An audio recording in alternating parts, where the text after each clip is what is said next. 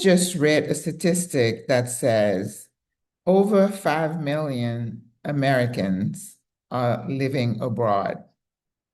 And of that number, that 62% are seniors over the age of 65.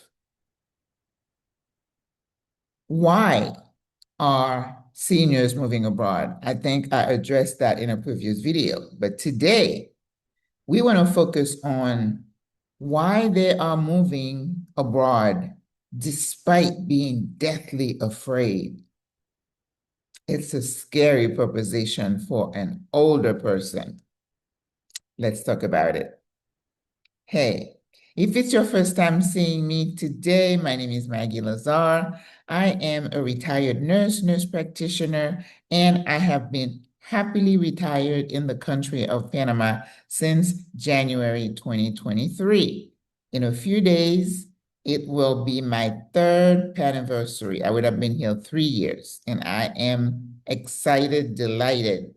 Well, in my last video, I also told you that between 30 to up to 70% of those 5 million people, well, maybe they're not counted in that 5 million because it might be a higher number, because 30 to up to 70% of people who have left do eventually return. So I guess the 5 million are those who've chosen to stay. So that means that number is way higher, the ones who are contemplating leaving. So this is me here in Panama. I am also the creator of SWRA, Single Women Retiring Abroad, a group of sassy older ladies who have decided consciously to retire abroad. So we are in that number, that 5 million. We want to create community. We want to age in place. We want to reinvent ourselves as we are living longer. We talked about longevity last time. We are expected to live to 80, 90, even 100. How do we prepare? That's another video. So let's talk about the fears of leaving everything that you know. Your family. If you're a grandma, can you imagine the frame of mind you have to be in to decide to just walk away? I understand. I'm not a grandmother, but I understand when I got to that point where I said, I'm leaving, and all the factors, we've touched on some of them, that have pushed me to that decision, because it's a push. Please do not assume that we dreamt of a minute number have said, I want to retire in an exotic place. But a majority of us did not. It was not planned.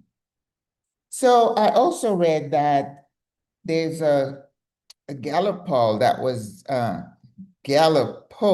my apologies, that was done last year, late 2025, where it shows that a large percentage of women or older women of all ages, definitely, I'm sorry, I'm getting myself confused here. The Gallup poll, November 2025, that's why I need to look at my notes, right? Please forgive me. 40% of women ages 15, although 15, I'm thinking they want to do a gap year to say you want to move abroad. 15 to 44 said they have expressed a desire to leave. That doesn't mean they have left, okay? And that 16% of those numbers, they are 45 or older. So that would be people my age, all right? So people always might have a desire to live somewhere else because of a sense of adventure or curiosity, which is great, right? But to actually create a plan, work the plan, execute the plan, and getting on that plane, despite all the opposition, it's like, you want to do what? How old are you? That ageism, right? Your mind is not clear for you to decide out of the blue. even though you might have been thinking about it for a while, right? Okay. So factors again, and this is a review that might, and they asked these women who were polled in November 2025, what are some of the reasons for these young women, remember 15 to 44, you're not thinking about retirement and healthcare, that you're getting sick. But some of their reasons were cost, quality of life. The average college graduate cannot afford to live independently. A lot of them end up going back and living with their parents. That was not by choice because they can afford the rent. My daughter is in DC. She's telling you how crazy the rents are. These kids are having to live in like a little box with no window, which is what my daughter is, because they cannot afford it. So the quality of life and the cost of living, ugh. But that's not what these kids went to school for, right? They expected better to buy a car. When I went to look at the price of a car recently, when I was back there, and it was like it's almost the price of a house a few decades back. People paying $1,500, $1,700 a month for a car. So what do these kids have to look forward to? They can't save. Their quality of life is no bueno. This is not good. So if they know that they could go somewhere where they can live a simpler life, breathe fresh air, free from oppression, where they can, rent a small apartment in a place that they love. They have friends, they can go out, they can eat, they can see the sky and nature. I mean, it doesn't take a rocket science to see why that would be attractive to those kids. Some of them do worry about healthcare, right? Because even if they might be healthier today, but the what ifs will stop you in your track. What if? And we know in the US, you can have one episode of an illness and that would throw you into bankruptcy because the insurance companies don't pay for everything. And whatever else that you have, that keeps accumulating, and because many of us don't have savings anyway. So it's like you're on that Ferris wheel and you're not going anywhere. And these kids are looking further down. My daughter, who is a millennial, told me one time, she said, Mom, the majority of my friends are antidepressant, anti-anxiety medicine. The kids are anxious about the future. They don't see a future. Now, if the kids are anxious, what do you think about us? The Grays. I call ourselves the Grays. What do you think? How do you think we feel? All right. So I'm making the case that cost of living, cost of healthcare, and now political uncertainty, threat of violence, kids who are like 15 to 44, some of them are not even thinking of marrying because they're like, I bring the kids in this culture, this society, then they have to have drill for shooters coming into their school. People don't feel safe. They don't feel safe. And we haven't even talked about people of color. This is, we don't even adding that up. They talk about generalized population, the general group of people. Political dissatisfaction, threat of violence, not being able to have a life that you dreamt of, that your parents sacrificed for you to go to college. You get into debt to get a degree. And then when you get the degree, what you get paid, it cannot sustain you. Come on. All right. So now we're talking about people my age. Listen, if you like this conversation, I'm going to make you think. Please like the video, share it, and subscribe. Give it a thumbs up, right? Thumbs up, yes. Sometimes my English gets in the way. Like Celia would say, my English, not very good. I speak good English, I know, but I do mess up sometimes. So please be kind to your sister. So the things that, again, to kind of go back over the causes of people, even people of any age, considering leaving the US: political dissatisfaction, cost of living, better healthcare. Well, I don't know if you watch those videos, but a lot of people living abroad will tell you how wonderful their experience is of healthcare, even here in Panama, in France, Portugal. Mhm. People are seen as humans. Providers spend time asking about you, your health. They want to know you. They want you to feel better. They eliminate all these pills that they keep feeding you and telling you to go out in the sun, go get some fresh food, fresh food. The food quality we know over there is just not good. All right. So the older person. All right. So we made a case, hopefully, to tell you the reasons behind the exodus, right? And in some circle, they call it that.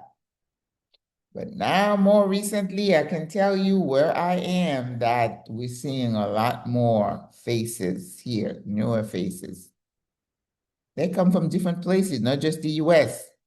So there is a general sense of uncertainty that is global because we don't know what these people in power are devising behind closed doors, what decisions they're making that are going to affect us. But again, we're like little peons. We don't even count. We're not even considered in the equation. Of course, you know that, right? So for an older person, the things that could push us to consider living abroad, safety, of course, because, and then just the threat of insecurity is enough to make you want to get out. Every day you're being fed a diet of violence in the street. And it's like, what do you think it makes you feel safer? People coming into your home, grabbing you in the middle of the night, mistaking you for somebody else. And nowadays it's even worse. You look at you, are you a US citizen? No, you don't look like a US citizen. They'll come with us. The stories are heartbreaking, heartbreaking. So most seniors like myself are looking to get away from that for a little bit. Is that wrong to want to live with a little bit of peace in your mind? Healthcare, I don't need to go into that because you know how expensive it is. And as we get older, we got more things wrong with us. And you go to the hospital, there you go. All the, what is it? All the things that the insurance plan doesn't pay for, it adds up. Because once you get your itemized bill, it's like, what? $5 for an aspirin? You didn't do that. When did he come? Crazy. Social injustice. If you're somebody who has a strong sense of justice, right about now, you're feeling really rattled every day. Every day. All right?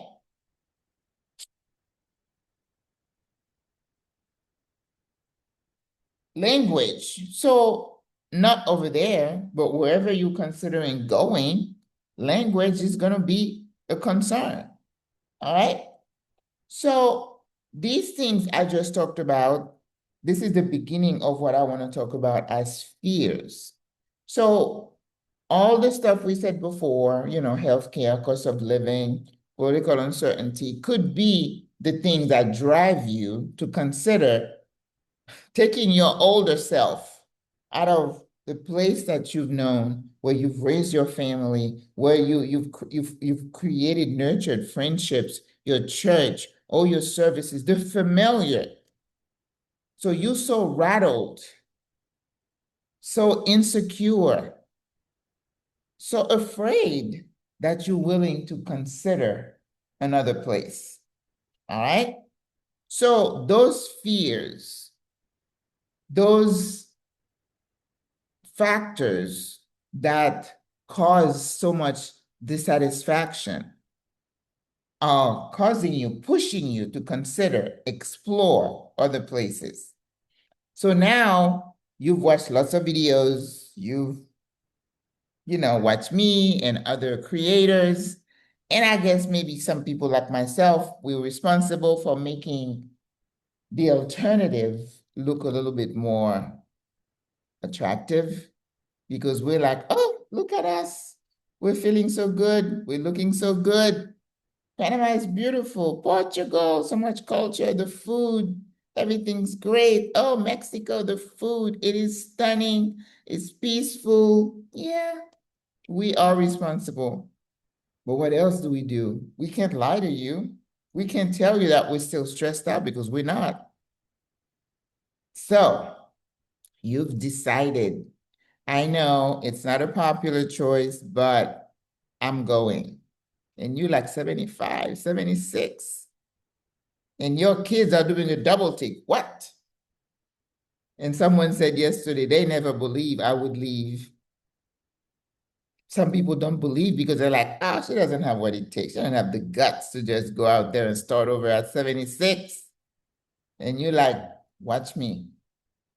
But what they don't see is the fight that you've had with yourself about the what ifs, the fear of the unknown. It doesn't matter how much you research a place, you're gonna come face to face with some things that you're like, I didn't see this coming. No one told me about that. No one prepared me for that. No one can prepare you for everything. No. That's why I make you take that self-assessment to see, am I suited to being an expat or an immigrant before somebody corrects me. What they don't see is the struggle you went through to say, what if I can't learn the language? What language do they speak? This girl who recently came to Panama said she had decided to go to Belize because Belize uses the US dollar, check. They speak English, check. They don't have winters, check. You can have check, check, check, your must-haves. But she decided to come to Panama. And she said, my only concern was the language. Language is a big concern. And it could be paralyzing when they're talking around you and you're like, and they tell me, I said, Maggie, they start talking to me and I don't understand a thing. That is crazy. At your age, with your gray hairs and your arthritis and everything else that they're talking about you to you, and you don't understand a thing. The healthcare could be a challenge, and it should be something that you are really, really paying attention to as an older person. The fear of getting sick abroad is a real thing. And even though you have your sisters here, that sense of imbalance, of feeling insecure, not knowing the system, because sis, it is different here. The system is not the same, not what you know, because you know, I've been saying this, it's easier to stick to the devil that you know. You know the system is broken over there, but at least you know what to expect most of the time. Because sometimes I've gotten surprises too. What? Yes. And even though I work in the system, because you really don't know until you're actually in it. Either you are sick or you have a loved one who's sick and you have to maneuver, right? So the fear of getting sick abroad is real. And someone said to me the other day in the comment, well, everybody, returns eventually because they don't want to die outside of the US. And I had to correct him to say, not everybody is afraid of that. I'm not afraid of death. A lot of us are afraid of how we go out, in pain or being neglected, not being able to speak for ourselves. But we try to do things to mitigate that. But that is a real fear. The fear of knowing the system, getting sick abroad, not knowing if you're going to be taken care of, and the fear of dying here alone. Again, SWRA, we're trying to mitigate that. We're trying to stand in the gap for you, but it is a concern. Ignorance of the new place, the politics, the culture. So you need to spend a lot of time learning how to do things here. Someone says every time I talk about the mañana mindset, they're laughing, and I'm like, well, it is a real thing. Because depending on your personality, it could challenge you. It'll get done whenever.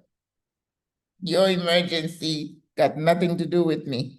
Just sit and wait. All right? And some people would tell me upfront, that will be a challenge for me. So that is a fear of how am I going to be able to handle this? Because it's not going to be an isolated incident. It is woven into the culture, the psyche of the people living here, that there are no emergencies. Things get done when they get done. So you need to understand that. We talked about the language. The fear of leaving your identity. Oh, I talk about generally about being retired and not being needed, or your job was your identity and then you retire and you're like a nobody. Well, multiply that by 10 because you come to a new country, you are nobody. No one looks at you. Folks don't usually talk to you. They're not asking for your opinion. You can't tell them anyway. Even if you wanted to, that you couldn't. Como se dice, you don't know.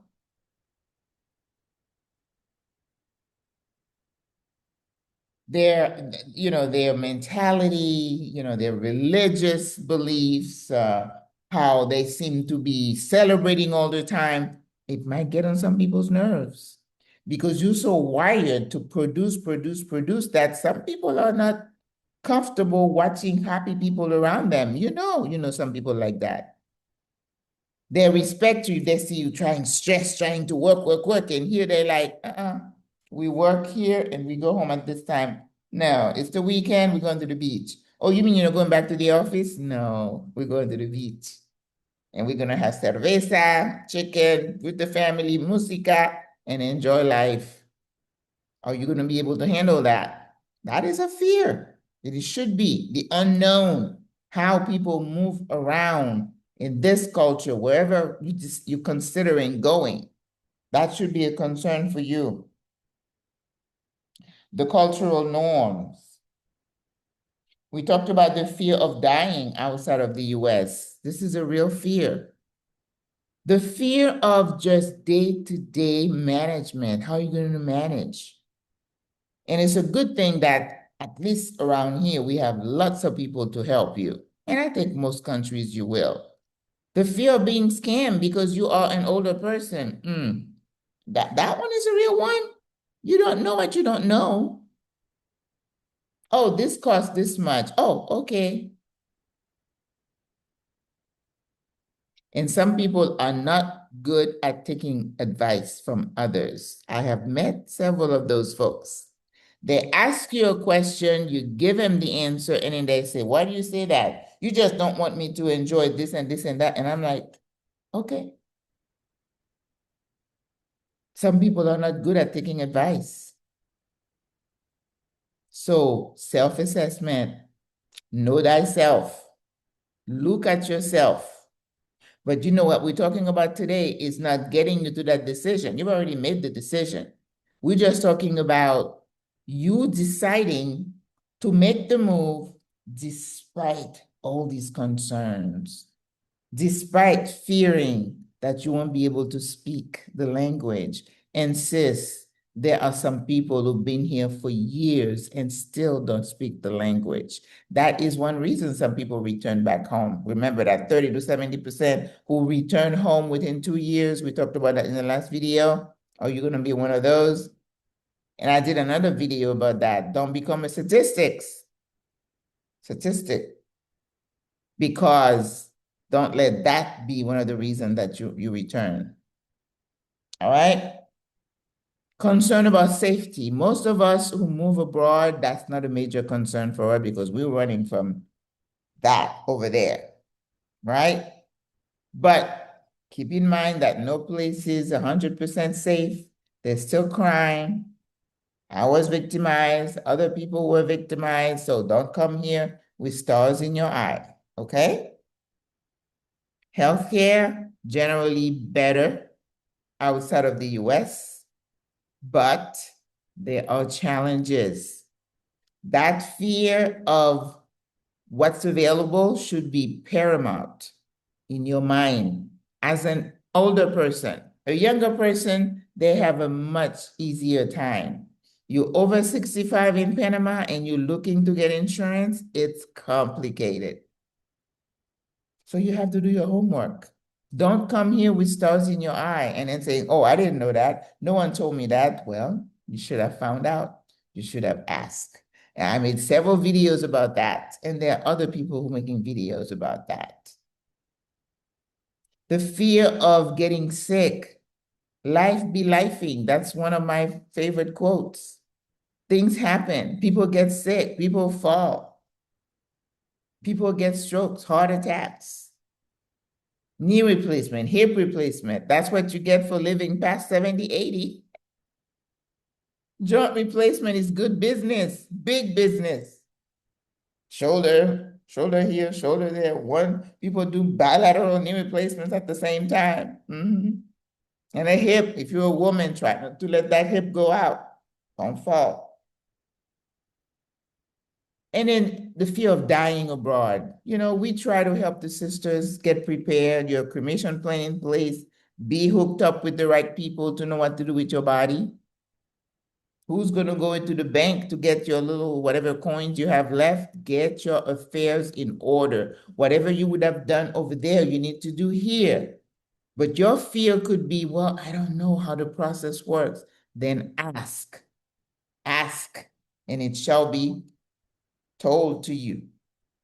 And because information is out there.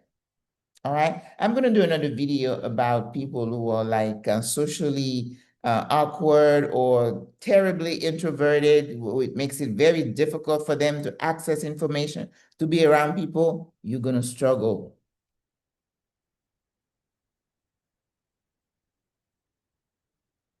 We talked about the fear of not knowing the cultural norms. Again, learn. I did a whole live the other day about etiquette. You need to know that. You need to know how you're going to move around in a new culture. And the self-assessment would say, are you comfortable among people who don't look like you? Because when I get on the metro, I look different. In the beginning, they used to say, eres panameña. And I was like, no, es estadounidense. But now they come to me, hello, how are you? They speak to me directly in English. I don't know. I guess I've become more Americanized. I don't know what it is. Before, I used to pass for Panamanian.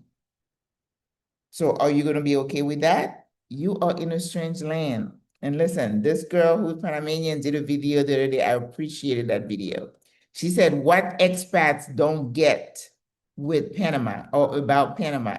And one of the things she said is that Panamanians are, because I'm in Panama, are very kind to extranjeros, to people, to foreigners. But do not confuse kindness for inclusion, because you're always going to be a foreigner. I knew that because when I moved from New York to Florida, I used to move with people who said, I've been here 40 years and I still feel like a stranger. Some of us are destined to be nomads, and there is a sense of not belonging anywhere these days because the place that you call home makes you feel like you don't belong. They don't want you there if you look a certain way. So we always fighting for inclusion, acceptance, identity. So when you move abroad, that's kind of up because you are definitely out of your depth. Now, I see the foreigners, you know, throwing their weight around because they have the dollar and just being unkind and gross. And yeah, you get some of that. But generally, those of us who are like low key, you're still moving around, but still feeling a little bit unsettled because this is not your country. Now, don't let that hold you back, hold you from enjoying the peace that is here. No, that's the balance. But that fear, if you allow it, those fears that I mentioned, if you allow them to take hold, are going to keep you where you are, stressed, worried, feeling like there's no future? Will you be happy again? Will the sun shine again in your heart? Will you laugh again? That's what we're dealing with right now. And even though I'm not there, but every day you feel it, that sense of empathy and inclusion for our brothers and sisters who are systematically being abused. I mean, the news could be lying, but I don't believe that every station would be lying.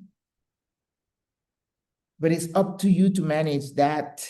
Don't let it take over your psyche. All right.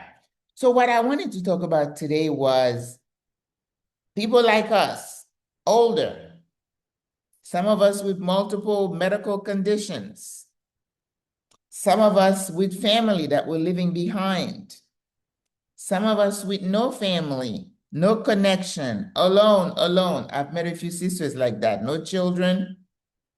And if you were socially awkward, you did not nurture relationships, so it's like you like an, in the middle of the desert all by yourself. Well, you're gonna be all by yourself here. And that's the danger. So we are this group of people who should be relaxing in our older years. I talked to a sister yesterday. She said, we worked all those years. And what we wanted was a little bit of peace where we can kind of relax. And there we go again. All the reasons we talked about, uncertainty, violence, we feel like we have to leave.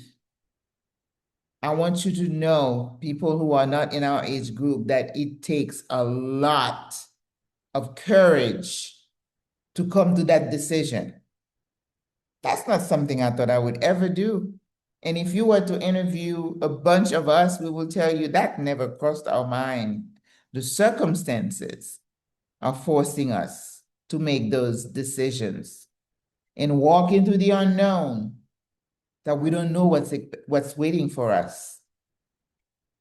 But you have to be philosophical about it and say that we are all going through it, whether you're young, whether you're old, the threats and the uncertainty, it's all around us. What we need to do is make decisions, to just kind of eliminate what we can, and then move with courage and determination, because that's what it takes to leave your home, leave your family, feeling afraid, but not allowing that fear to paralyze you. So a lot of sisters are coming here. I met some who said, I came sight unseen because I was just at that point, that breaking point of losing your mind. Oh. So if you know a senior who has made the decision, instead of criticizing and asking, what is she thinking? How can she do that? Please go behind and understand. Ask her, him. See a lot more males here too. Used to be mostly, initially in Panama, you can ask the people who've been here and they would tell you it was mostly, couples. And a lot of them were kind of gathered in one particular region. But now you see all age group, both sexes here, people with children. The dynamics and the demographics are changing and shifting. But I still, because this is my circle, I see a lot of older, single, female. A lot of them are turning 60, 65, and like the numbers speak for themselves. And I hope that there's going to be a repository somewhere where we can get some actual data.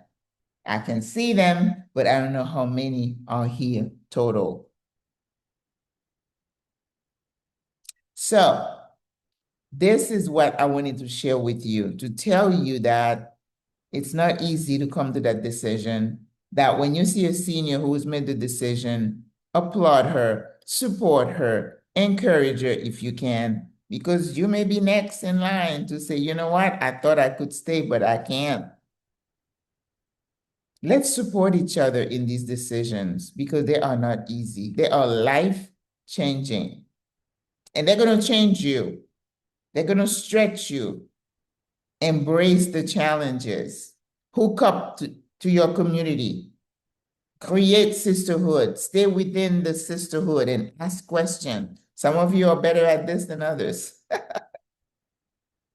But make sure you feel that you're not alone, because you're not.